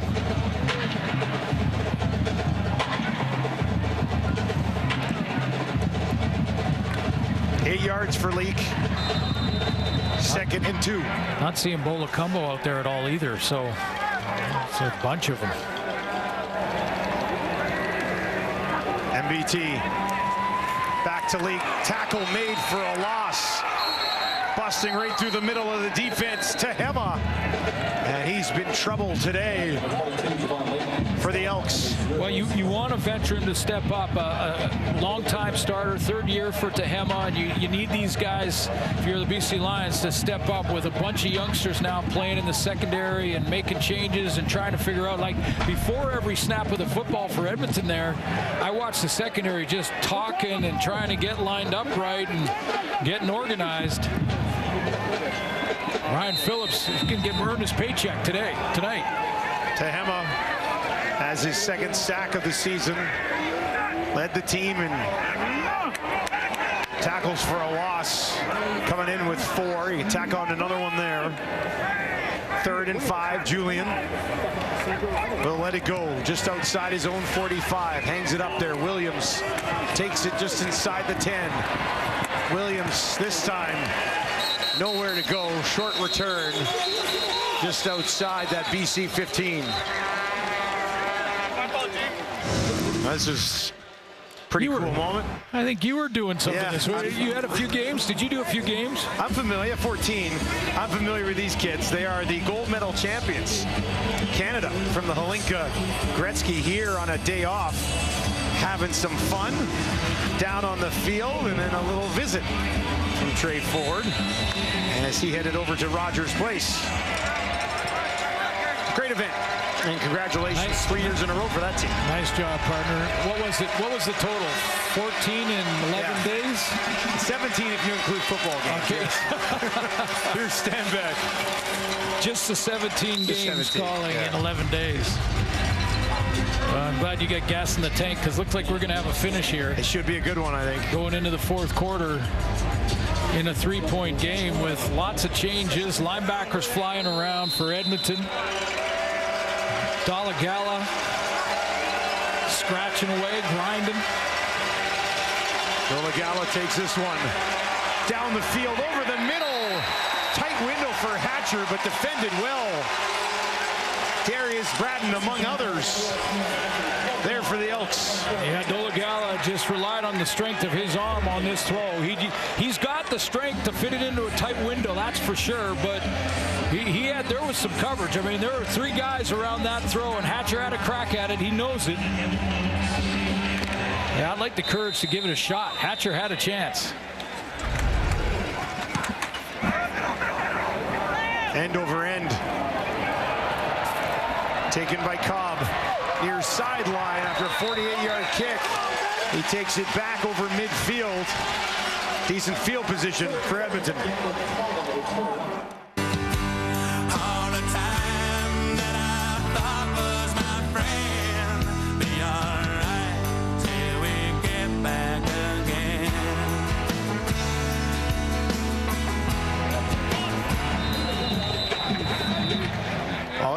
Excellent field position here for McLeod Bethel Thompson, trying to bounce back after that interception in the end zone.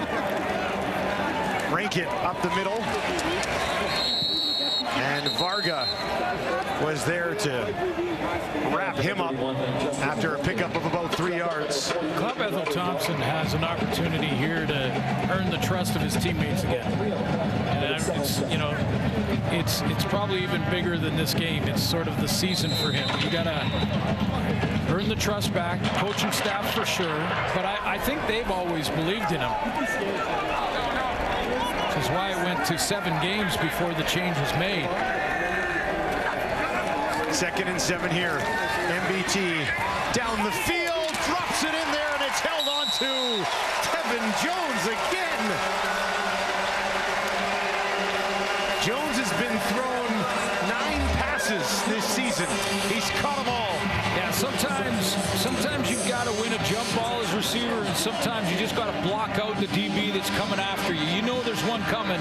Just get that big body in front of him, shield the ball. And this is the type of throw that McLeod Bethel Thompson can make, and if he makes enough of them, he does earn the trust of his teammates back.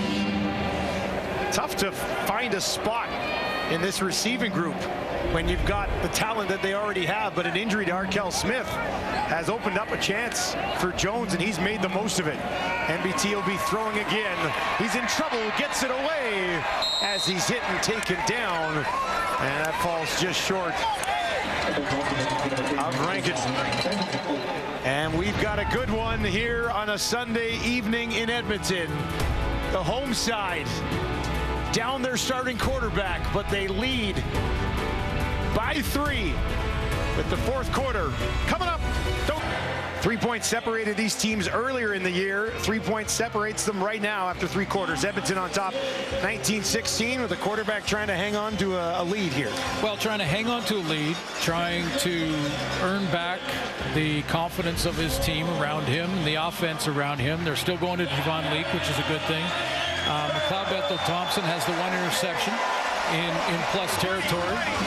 So, you know, this is a chance for him to go out and really get his first win in this close game. He didn't start the game, obviously. If you're just joining us, Trey Ford, injured in the first half, has not returned.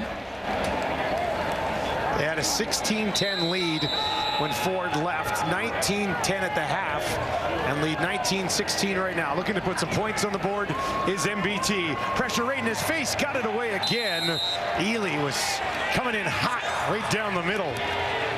Well, this is where Ryan Phillips can just change his complete approach, and that is just like send pressure, and get after McLeod Bethel Thompson, because you know where he's going to be. He's going to be back there in the pocket. They do roll him out occasionally, but he'll be back there in the pocket for the most part, and doesn't have the same ability to escape. So there's no spies necessary. You don't have to be real careful of contain. Get after the quarterback. That's where McLeod, to beat that, has to go hot. 34-yard attempt for Boris Beatty for a 6-point lead. And that one is up and through, and Edmonton goes on top by a little bit more. 22-16. Here's a look at week 11, starting with the delicious New York Fries Thursday Night Football. Red Blacks and Stampeders. Alouettes in Regina to take on the Riders. Edmonton begins a 3-game road trip out in Hamilton, and then the Bombers and Lions. Bombers coming off a bye week after shutting out the Lions. Hey, it doesn't say delicious on the board here. You added the delicious part of the New York Fries. Just whenever I see New York Fries, I see the word delicious. Yeah, right in front of it. I know what you mean. I got you, New York Fries. Dolagala finds his fullback, Mackey, and he's wrapped up after a pickup of about 6.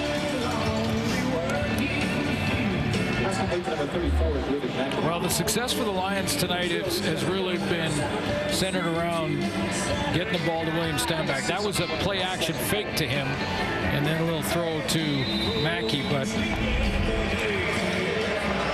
when they've had the good drives, it's been led by William Stanback. Dolagala has looked after the ball, 14-20, 146 yards so far. No TDs, no picks. That one far side dropped.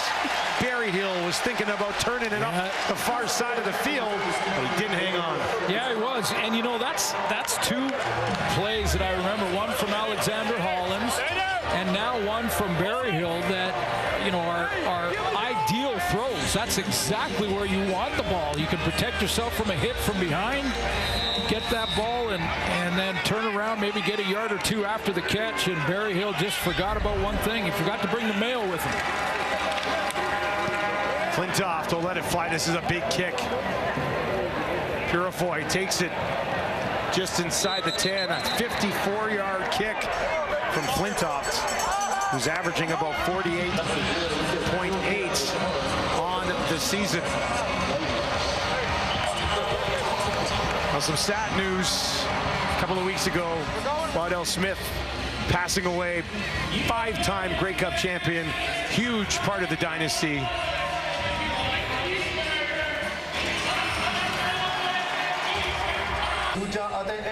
मैकी आ गया centre हेठा मैकी आप भी जाओगा and zone which ते कोई signal नहीं देता referee करके touchdown. Both of these teams with Punjab broadcasts available. BC bringing their crew on the road, which doesn't happen all the time. Two teams in the CFL and getting to a completely different fan base. That's one thing about our game. It's very inclusive. Everyone's welcome. Come and be a fan. Enjoy it. Watch it. It's exciting, entertaining, and you're watching world-class athletes. More eyes, more ears.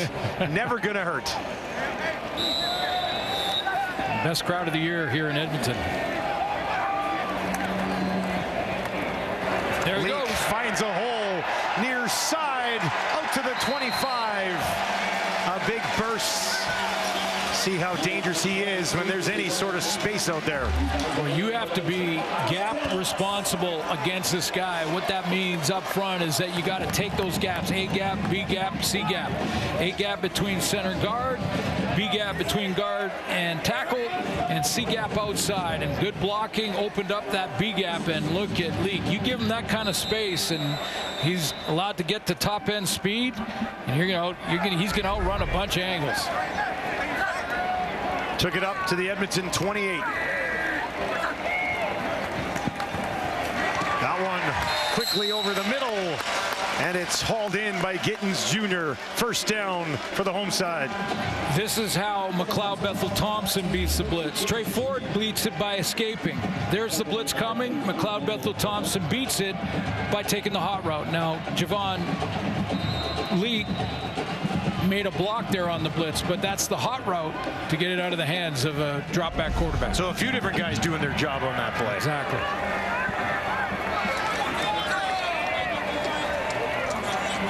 Another first down, got exactly 10. And you could tell that these flags were coming. 4 of them on the field here. Procedure. Edmonton number 69, 5-yard penalty, remains first down. Brett Boyko threw it all off.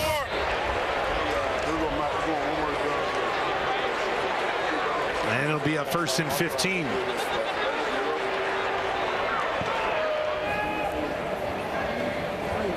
A lot of juggling going on there for Ryan Phillips, defensive coordinator for the Lions.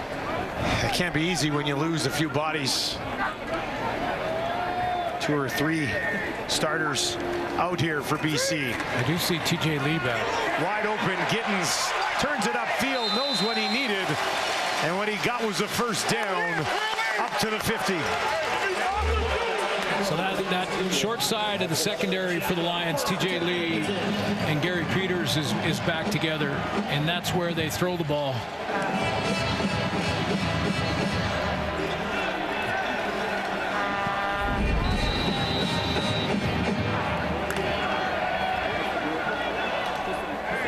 Fresh set for the Elks. Long way to go here in this one. Over 11 minutes remaining in the 4th quarter. On the ground, great tackle. Ely lunged out, wrapped the Leak up, held him to about a yard. Yeah, he got this play from behind. came from off the line of scrimmage and just with sheer speed caught Leak from behind before he could get started. And he's clearly got some music going on in the helmet. No, that doesn't. Staying calm and cool.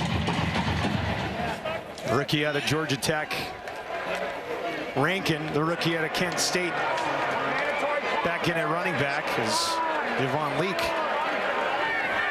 chatting on the sidelines. MBT lays it out there for Lewis, broken up by Peters. That's a fun battle to watch. Gino Lewis does not have a catch in this game. That's the first time he's been targeted. Well, this is another way you can do it because he wins a lot of these jump balls and has throughout his career. So, you know, if you're McLeod Bethel-Thompson, you're feeling a little bit of pressure, throw it up there, 50-50 ball, and see if Gino can come down with it. But that's one of the best DBs in the league right there covering him. So you're right. That's a great matchup. Two pros going at it, and you give that one to Peters.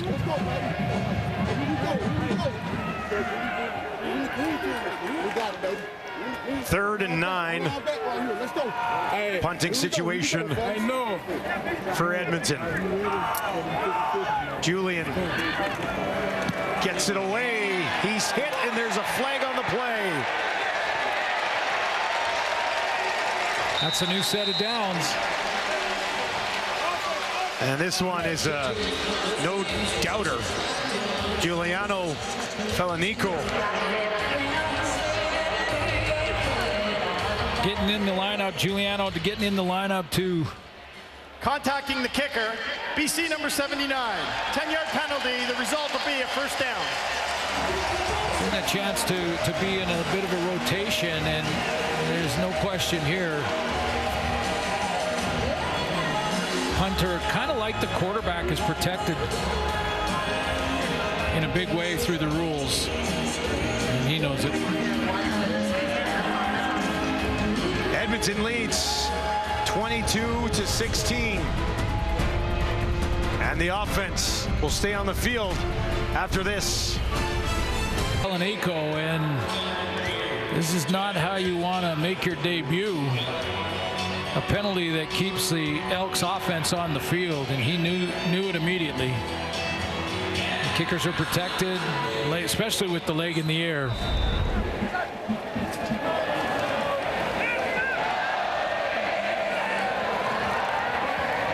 Handoff up the middle. Decent pickup on first down. Like to welcome our viewers who just finished watching NASCAR on TSN 5. You got here just in time for what should be a good finish at Commonwealth in Edmonton. Javon Leak back in the game. That's good to see for Edmonton fans. Play from Justin Rankin. On first down, picks up 4. And Leak's back in. Leak's at 85 yards with a touchdown today. Stanback's got 87 on the other side. That's his high game on the season. Previously 83. MBT near side, and that'll be a first down. Giddens again. No surprise on McLeod Bethel-Thompson targeting his favorite guy. No, it isn't. And, you know, when he was the starter, it was Curly Giddens, especially on those second down plays. He leads the team with 17 of them to move the chains. That's another one. And was targeted 59 times coming in. Leads the team in both catches and targets. Work together in Toronto. Now from the BC 38. 10th play of this drive. There's a helmet bouncing around out there. And Leak tried to bounce it out, but he was wrapped up. Archibald and Varga. Varga's been around it a bit since being thrown into action here. That's the center, Mark Cordy. Put his lid back on. Yeah, they're going to settle in. And again, it's a different game plan. Just trying to cancel the gaps and get McLeod Bethel-Thompson in second and long. But right now they're in field goal range. Field goal would make it a 9-point game. 2nd and 12. MBT would like to keep this offense on the field. From the BC 40. Looks to his left. Now across far side. Leak wide open. open. He's got a first down inside the 25, close to the 20 before he steps out. Wide open, Javon Leak. The Lions, you can see they're back with depth. They're going to drop into a zone, and Leak now is going to get underneath that zone from the backfield. McLeod-Bethel-Thompson waits a few counts. 1,000, 2, 1,000. Waits for those linebackers and DBs to drop in their zone, and then hits the under one to Javon Leak and let him do some heavy lifting. Over 100 total yards of offense for Leak, following up a brilliant performance last week that led to a win. The edge of the red zone here. Leak staying on his feet, secures the ball, grinds it out for about 3 yards. We talked about him as a returner in Toronto and just how good he was there. That was really one of the reasons that Edmonton brought him in and signed him here with the Elks. But whether you're covering kicks or returning them, you want to get in the starting lineup. You either want to be in starting offense or the starting defense. And Leak has certainly worked his way into that role, hasn't he? Outside of a few fumbles early in the season, he's been outstanding for this team. He'll watch now. Justin Rankin checks back into the game. 2nd and 7. 4 options out to the wide side right here for MBT. Looks in that direction. Now he steps up, dumps it off. That's his running back, Rankin. Down to the 10, the 5, pushing through, touchdown! His first in the Canadian Football League.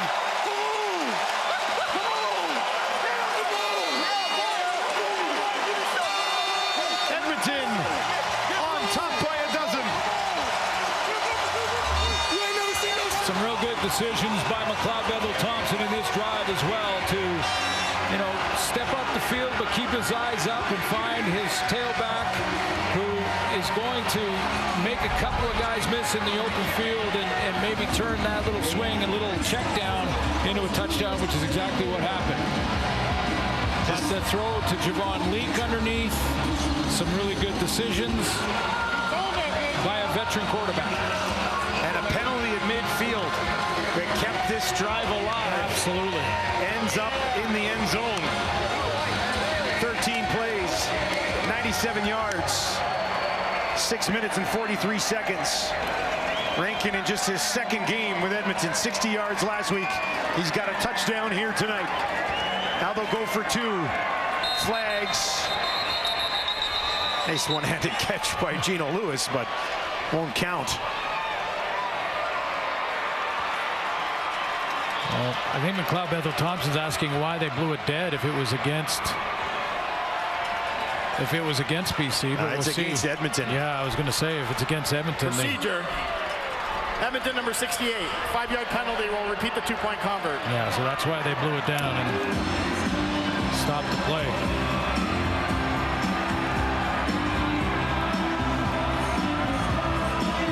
A little more challenging for 2 now. Yeah, and you can't change your mind. No switcheroo here. No. Got to go for 2 when you declare that's what you're doing.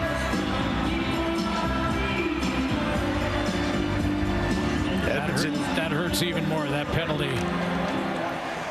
Coming into this game, averaging 27 points per game.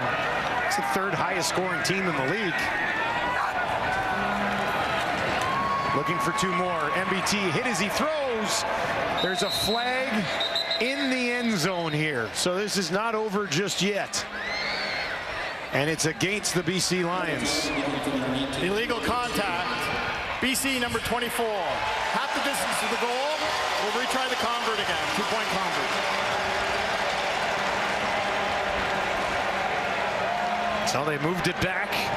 Now another penalty the other way. They'll move it back up. It'll be a 2-point try from the 4. Curly Giddens was the intended target. There's the Rene Patrice with the illegal contact. It was minimal, but it was beyond 5 yards.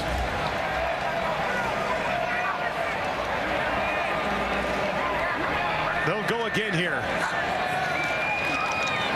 Gets it away quickly, and that'll be 2. Dylan Mitchell from MBT in the lead. is 14 with just over 5.5 to play. McLeod Bethel-Thompson coming into this game for the injured Trey Ford has a passing touchdown, and Rankin has his first in the league. You always hear the game may come down to 1 or 2, maybe 4 plays that are the difference makers. Maybe this is one of them. That's Giuliano Felinenko, the defensive lineman, first time on the roster for the BC Lions with a roughing the kicker. That extended the drive, allowed McLeod Bethel-Thompson to continue the drive. He hits Rankin for a touchdown and a 2-point convert and a 14-point lead. Dolegala will have some work to do here. Williams takes it just inside the 5. Back to the 20. Taken down. Jones and Morgan there for Edmonton. Great DNA here. That's the long snapper Kyle Nelson for the BC Lions. His grandfather, Roger Nelson, Hall of Famer in the Canadian Football League, played back for the Edmonton Eskimos at that time, 1954 to the late 60s, inducted in 1986 into the Canadian Football Hall of Fame. And Kyle Nelson, the family tradition in the game of football in Canada.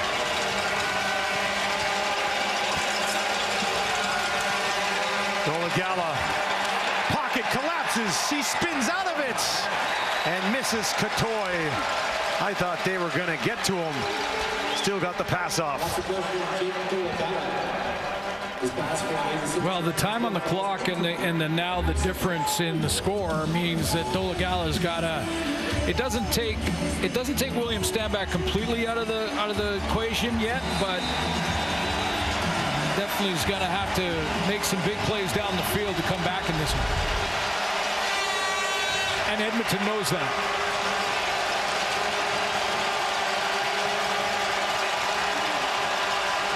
Second and 10. Dolegala with time down the field for Hatcher. No, incomplete. Was working on Bynum. Cordell Jackson came over to help. And that'll bring up third down, and Flintoff will come out to kick it away. Devondrick Bynum plays this with great composure because this ball is on the money to Hatcher. I mean, this is a beautiful throw to the wide side, big arm right to him. But watch the composure as Bynum catches up, plays the hands of Hatcher. He's not worried about looking back to the ball. As soon as Hatcher goes up with his hands up, he puts his hands right in the middle of those hands and knocks it down. That's great composure when the ball arrived. Flintoff, not a good kick. Is going to bounce up near midfield. Purifoy will grab it. No yards. No yards flag right there after just a 31-yard kick from Flintoff. He'd like a do-over on that. Let's just sort of reset. The BC Lions are staring the third straight loss in a row to a Western opponent. BC 24, 15-yard penalty, first down. They lost their first game of the year, won 5 in a row. They were sitting at 5-1, possibly falling to 5-4 here today if they don't come back. And the last 3, if this lead stands, and the last 3 have been Western opponents, so those are the 4-point games. The 2 you don't get, the 2 the other team gets, and it puts Edmonton been desperate first for their first win, which they got last week against Saskatchewan in Mosaic Stadium, and then this one. And Vernon Adams, we're hearing is week to week. Would he be back for the Bombers next week, as Winnipeg will be coming off a bye and going out for a big one against the Lions in Vancouver? After the penalty and the poor kick, just 16 net yards, the switch here. So excellent field position. They'll give it to Leak. Leak hangs on to it, gets about 3 yards.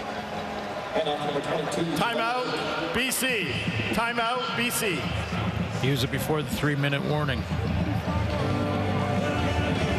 going to have it anyway, so they'll use it here, try to save some time for themselves. Edmonton, though, pretty much in field goal range already, which would make it a 17-point game. Things were going so well during that 5-game winning streak for the Lions. They looked like monsters out in the West. Well, they bounced back, you know, in a lot of ways from the Winnipeg game, because that was just a dominant performance by the Bombers, and they didn't, like I mentioned off the top, 4 first downs offensively.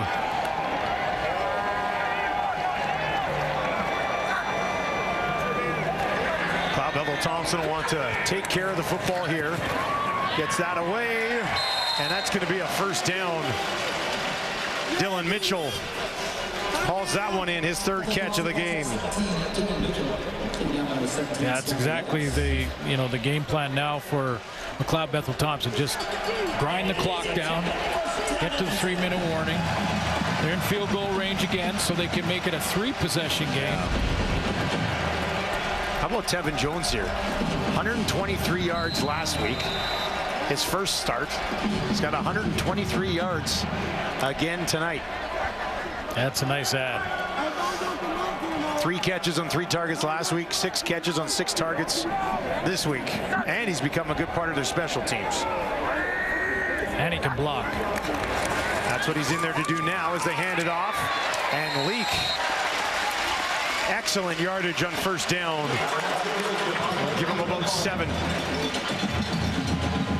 Yeah, they bring.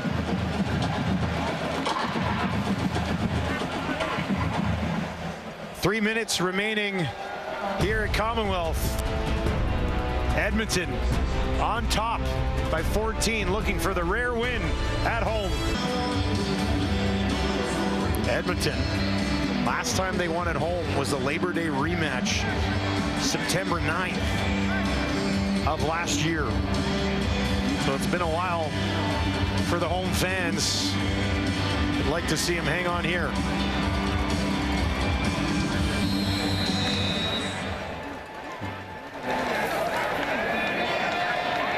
Cloud Bevel Thompson, 14 of 18, 171 yards, touchdown and an interception since coming into the game for the injured Trey Ford. Hands it off to Leak. He kind of snuck his way into a crowd there.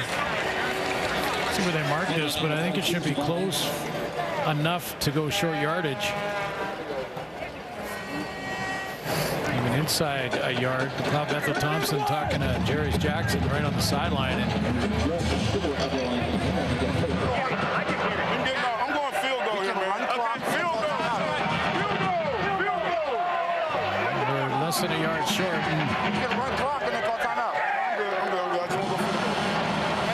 It's not a bad idea to kick a field goal here, go 3 possessions.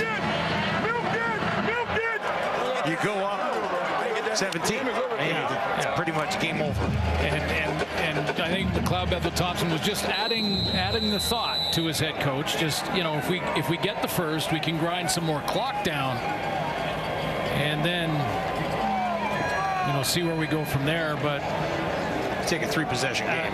No question. I like the idea. I like the choice. Beatty from 30 puts it up and through, and Edmonton now 33-16, more than doubling up the BC Lions.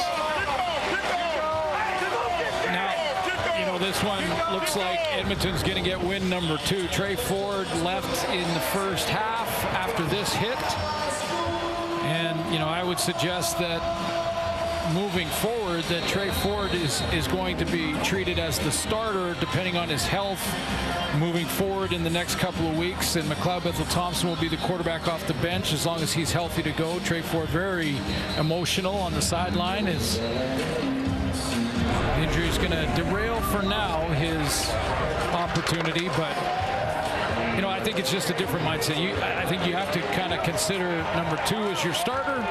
If he's healthy, he starts. If he's not, you've got a great veteran backup in McLeod Bethel Thompson to come on and take the reins, which was different 3 weeks ago. Yeah, a little bit of a different situation.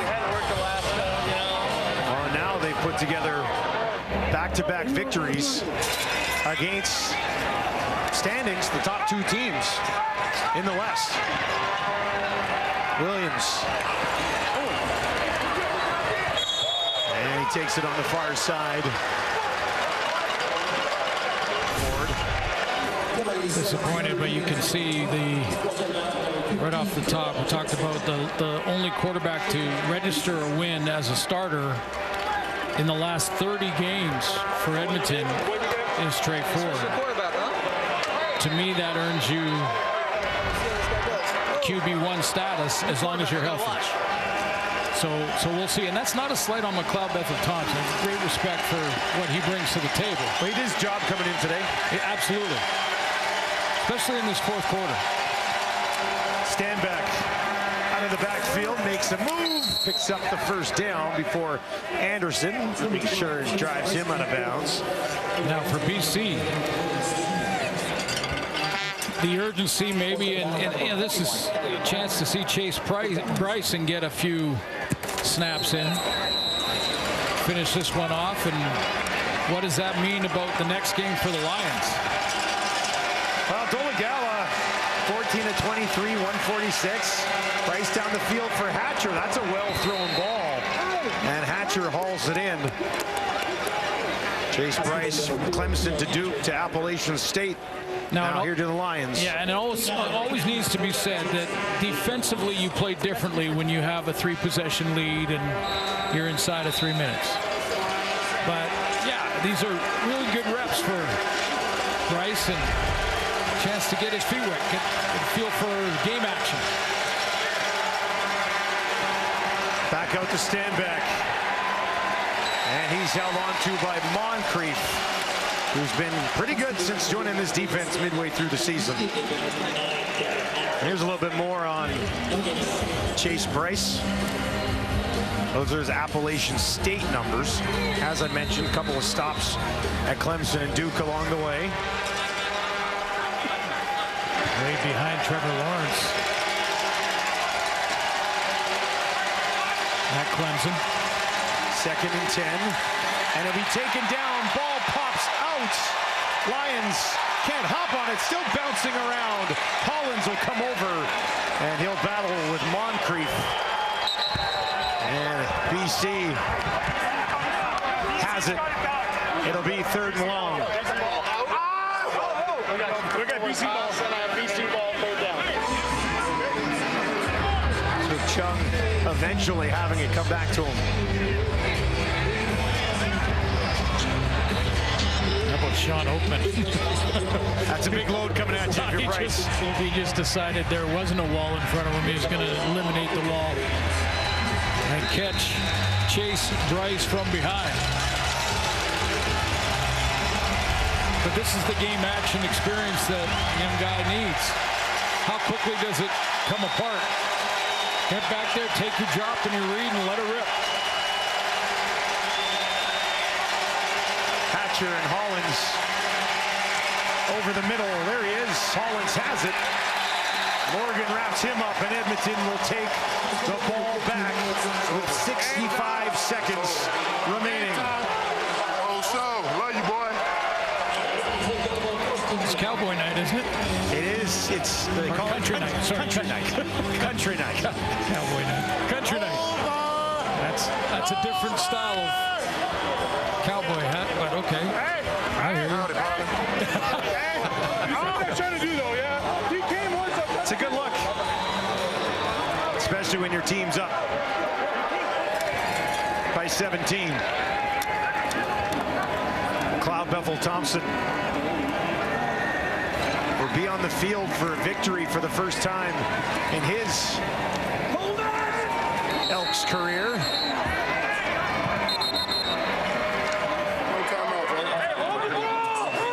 Well, it puts Edmonton back in the fight. Bombers will play BC next. One of those two teams will drop that game. So, well, here's the interesting thing. See Calgary and Winnipeg right there? Yep. There's a stretch. Well, the entire month of September. 2 against Calgary, obviously, with Labor Day in the rematch. Then 2 against Winnipeg. So their entire September is against 2 teams they're chasing. Health for Trey Ford will be crucial. But they're right back in it. Rankin finds some space, far side of the field. He'll take it down, breaks 1 tackle, and eventually hanging on for dear life there was Varga. How about this guy? On country night, Varga had to try and hog tie Justin Rankin. It looked like he was bringing down that calf. Look at him. Oh, it's Tino DeBaye, actually. Oh, DeBaye. It was DeBaye, yeah. Not 48. Cloud Bethel Thompson excited about this. Let's go. Let's go. We got to win. We got 2 in a row. Hustling down. 200 rushing yards in this game for Edmonton, who now sit in victory formation and are going to deliver a victory at home for the first time since early of last September. That's almost 500 yards rushing in the last 2 games for the Elks. They have found a recipe for success. Jarius Jackson has him on a little bit of a heater. You get a standing O from the biggest crowd of the season here in Edmonton. Finally, something to cheer about for these Elks fans. BC Lions on the other side have lost 3 in a row now, Suits. All to Western opponents, and yeah. Will Vernon Adams be ready for that Bomber game, or will it be another week? And do they start looking at Chase Price? Not that it was Dolagallo's fault, as you said. He didn't do anything to hurt them in this game. No, he didn't. But he really didn't get it down the field either. Didn't push the ball down the field. Well, he tried and he missed a couple times by 3 or 4 yards. So something to keep in mind. Perfect world. Vernon Adams is just back for them next week at home against Winnipeg. First home win for Jarius Jackson as the interim head coach. Back-to-back wins for the Elks as they try to save their season. Trey Ford starts the game but does not finish it. MBT will come in and help seal this one away. Another good performance from Javon Leake as well. And Edmonton heating up. 33-16 your final. Sports Center is next.